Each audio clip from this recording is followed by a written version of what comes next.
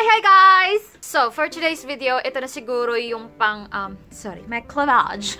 Ito na siguro yung pang 100 video na mapapanood mo regarding the Sunnies Face Glowboss. So, I got 2 shades. Ang kinuha ko lang is yung Hey Girl and then yung kanilang medyo blushy highlight which is Femme. Hindi ko kinuha yung Mamacita, yung third color because it's pretty dark and feeling ko hindi ko naman siya magagamit as a highlighter and ayoko na naman gumamit ng shiny shimmering as a bronzer. And ayoko rin naman na bilhin lang yon para lang magamit ko as an eyeshadow because so for today, ang gagawin natin is I'm going to show you how I use the Glowbosses and then gagawa ako para ng makeup look and then we're gonna wear test and then of course the final review. This is like the 3rd time na gagamitin ko siya. I've used it twice before pero hindi ko siya alam yung tinutukan ng maigi. So meron na akong mga pre-judgment before this video and alam mo yun, susuportahan na lang siya ng wear test later on. So first I'm going to use is my Petal Velvet Sunaway SPF 50+. This is a sunblock from Althea, Korea. And I honestly like this because sunblock siya for the face. Ang ingay. Sunblock siya pero hindi siya parang hindi siya oily. It will leave your skin pretty matte all throughout the day. Plus, meron ka rin parang glow or something like that. Kaya I've been using it since natanggap ko siya. Ihahawi ko muna yung bangs ko. I hope okay lang yung lighting ko. This is the best I can do, guys. Ayan, i-adjust ko yung lighting ko. Is this better? So, I usually do my eyes first bago yung foundation. But right now, it's going to be different. L'Oreal Paris Infallible. And then, my favorite Detail Makeover Primer Oil. Mix it. And then, lalagyan ko ng konting ganito just to brighten up my foundation just a little bit. Next up is my brows, and I swear to God, you guys, if you have colored hair like me, ito yung pinaka-feeling ko the best product that you can have. This is from Detail Makeover again, and this is their Make Brow Mascara. So easy to use, instant, bam! Ito yung wala, ito yung meron, kakulay na siya ng hair ko, and we're good. So I have here a translucent powder. This is from Althea, Korea. Again, and then lightly set my face, especially the under eyes. Super duper light lang. For contour, I'm going to use yung from Vice Cosmetics, and this is the shade Confirm. Next, I'm going to need my Everbelena Play Palette. Ito yung 16 colors. And then, I'm going to get this shade right here. This is like, oh my god, one of the most perfect contour shade for your nose. Kasi meron siyang gray undertone. So, I am just going to sculpt my nose. And oh my god, you guys, I have a tip. If you want to change up your look a little bit, lalo na pag nag-nose contour kayo, diba, ayan, kinakontour nyo yung nose nyo. And then, darken up this area. Extra dark. Oh! So, ito yung like, you know, normal. Ito yung contoured. Connect nyo siya dito, oh. Tapos, i-darken nyo ng konti dito. Magbabago yung itsura nyo. Feeling ko lang. And then, I'm going to get this shade, Itechiwa. And then yon, gagamitin kong eyeshadow. You know, eme lagay lang. Nothing too specific. Nothing too, anong tawag dito? Nothing too serious. I-connect nyo yung brown eyeshadow dun sa contour eyeshadow. And what I like to do, you guys, is I really like to emphasize my eye bags nowadays because it looks cute on me. Lalagay lang din ako ng eyeshadow over here. Gagawin ko lang semi-emo yung sarili ko. Oh, like that. Ganyan lang, eme. For eyeliner, I'm going to use itong Maybelline New York Hyper Tight Liner. Ito na lang gagamitin ko. So, ang gagawin ko, ayan. Alam mo ba, what I usually do is yung eyeliner na hindi full liner, parang half lang siya. So, gagawa ka ng maliit na ganyan. And then, i-connect ko siya hanggang dyan lang. Sa gitna lang. Ganyan. Tapos, pwedeng ganyan na lang siya. Or sometimes, para more defined, very, very tiny, tight line ako. Next is another product from Maybelline. This is the Maybelline Total Temptation mascara. I like this better than the waterproof kasi ito talaga makapagbigay sa'yo ng volume and volume. Kesa dun sa waterproof, yung waterproof parang mas manipis yung formula niya, I swear. So, inantay ko lang na mag-dry yung mascara ko and then I'm going to... we are reunited once again. Ang tagal kong walang ganito, guys. Hindi ko alam kung bakit kasi parang feeling ko wala akong time gumora sa Nature Republic and buy yung ganito. So now we're reunited. I'm going to use it so much. So, isaset ko lang yung face lock ko with this. Okay, so ito na yung moment na talagang inaantay nyo at ang purpose ng video na to. Magka-highlight na ako. So, ang una kong gagamitin is yung Hey Girl. You get 5.5 grams. It's paraben-free, cruelty-free. And feeling ko naman, kung talaga naghahanap kayo ng review ng Glowboss, alam nyo na 5.5 looks like 2.2. Feeling ko hanggang dito yan. So, parang ganyan lang siya ng bonggang-bongga. So, this is Hey Girl. And it's a shiny shimmering champagne color. But you know what, you guys? Yung Mamacita is bronzy. This one is champagne. And hindi siya yung parang, tinan mo, kapag ka nagre-reflect siya sa other side, makikita mo na meron pa rin siyang tint. Diba? So if you're super duper maputi, wag mo masyadong wag mo masyadong i-pile up. Kasi makikita yung parang, parang kang merong ganon na shade. Kasi sa akin, minsan parang lumilitaw pa rin na iba yung shade niya. So I'm just going to put it like that. Formula-wise, it is soft, it is creamy.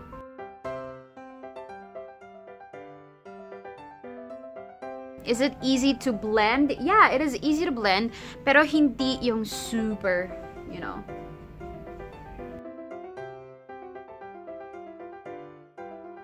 Okay. Tignan mo, I don't know if you can tell, pero pag ibang side, kita mo yung nilagyan ko ng highlight.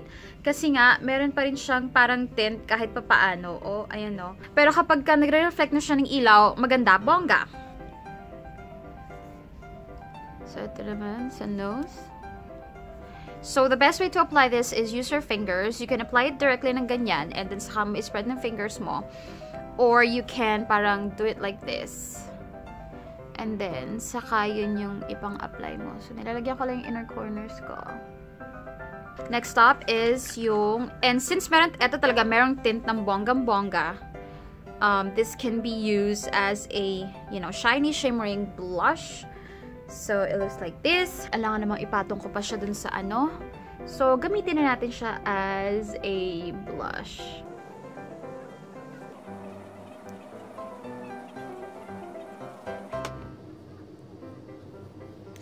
So, for the lips, gagamit ako ng Colorette Velvet Tint in the shade Rosé.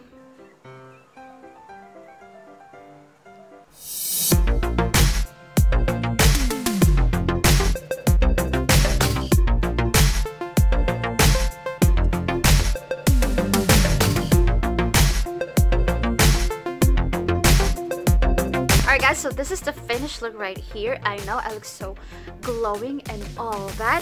Okay, bago natin siya i-wear test, ibibigay ko na sa iyo yung aking pre-judgment na sinabi ko kanina. Una sa lahat, it does the job of, you know, making your face look shiny, shimmering, splendid.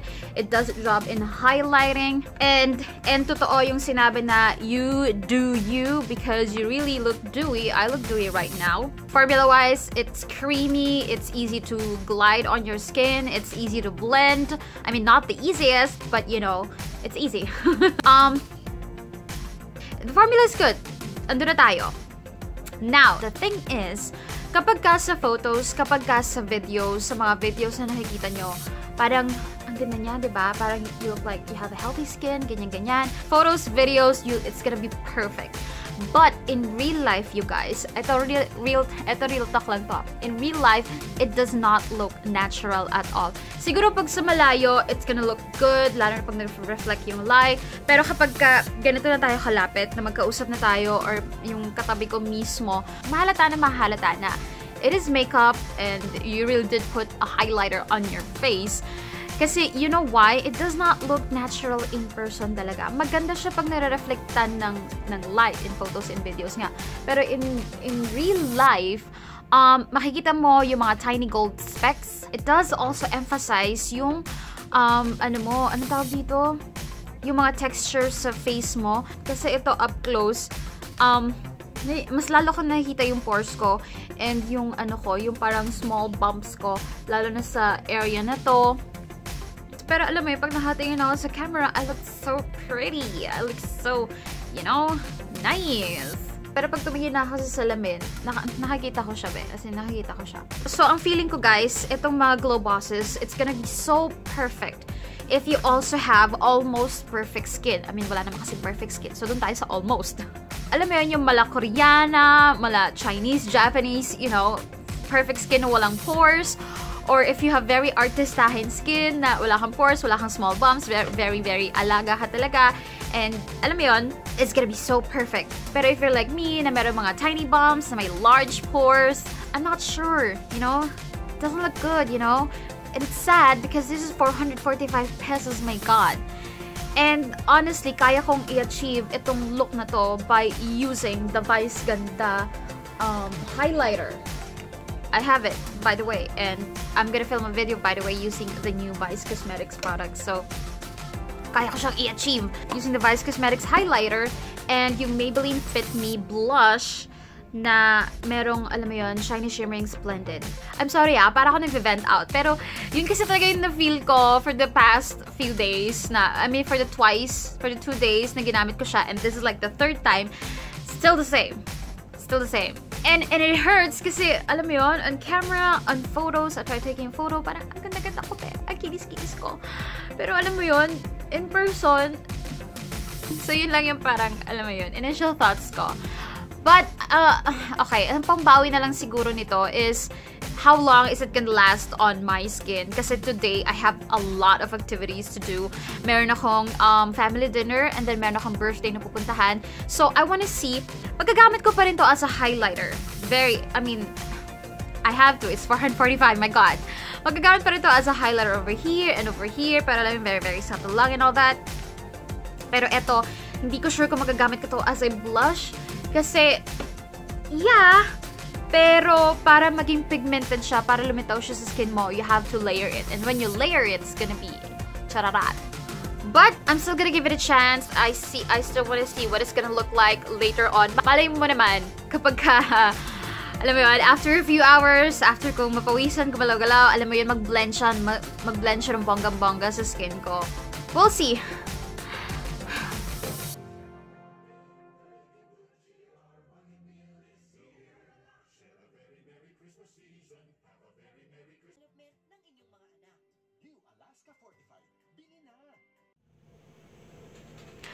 Nakakaasar.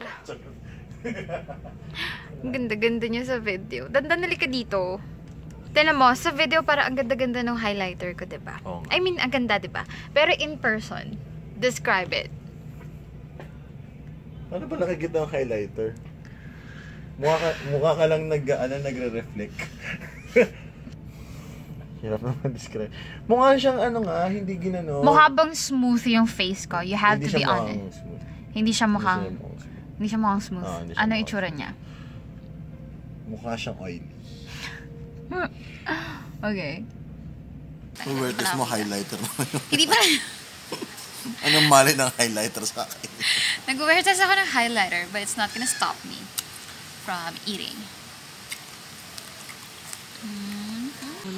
Sabi lang, sabi ang ginagawa mo, tulog. Sabi ko, bakit ka tulog? Hey guys, so I'm inside my car now, and what time is it? I think it's around, I finished doing my makeup at 1:30 and now it's 4 p.m.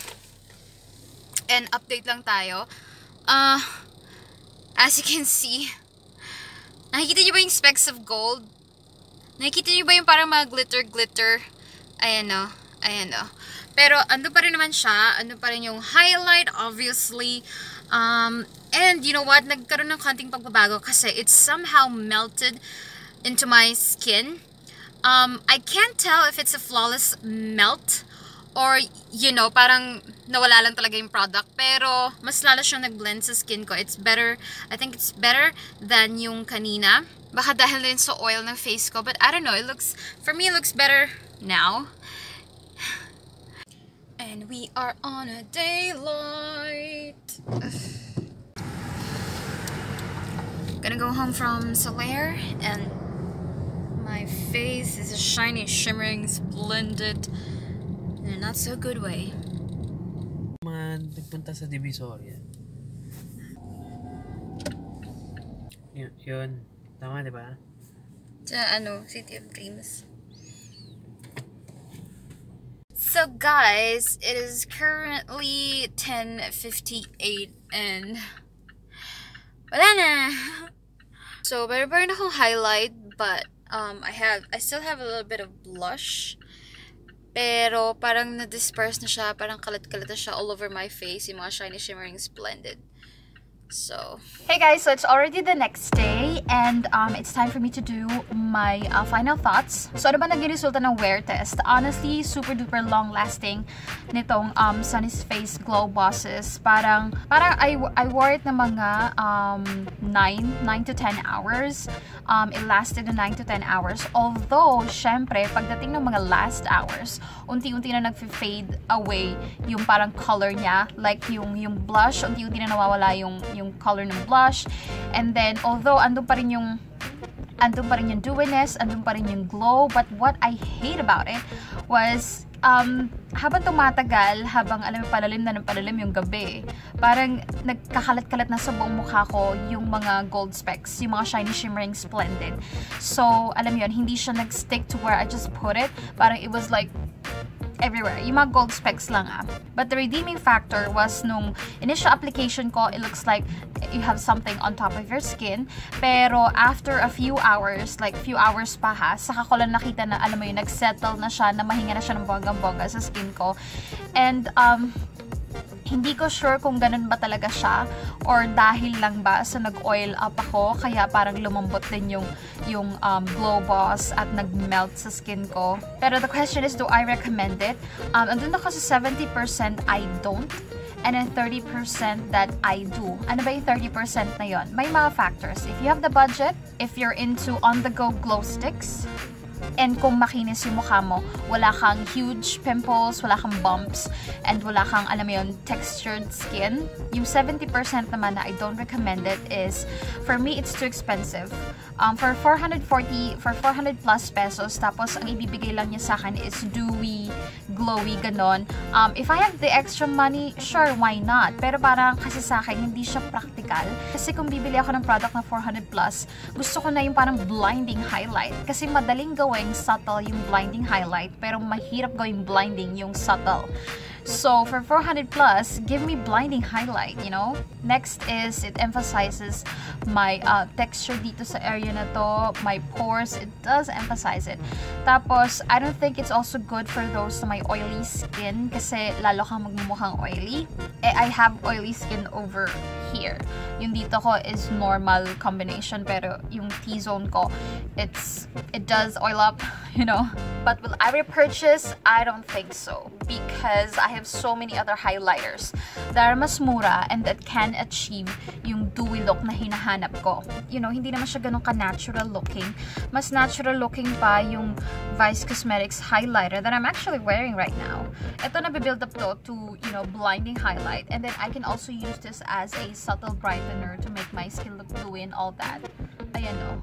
It has the same effect as these, pero ano may mas mura. Basically, yun lang. Nakita niyo naman how I applied it, how I used it, and nakita niyo naman kung gaano yung tinagal niya. But don't get me wrong, it's not a bad product. Hindi lang siya worth it for me. For 400 plus. Siguro kung nasa 300 to, baka, you know, makonsider ko pa na, yeah, go. So, yan ako natatapusin. Kayo nang bahala mag-judge, kayo nang bahala mag-decide based on what you watched. Yeah, that's it for today's video. Thank you so much. I hope nag-enjoy kayo. Subscribe to my channel and let's get connected sa social media at MOR1019Bea for Twitter and for Instagram and DJ Bea for Facebook. Thank you so much for watching. I'll see you in my next one. Bye-bye!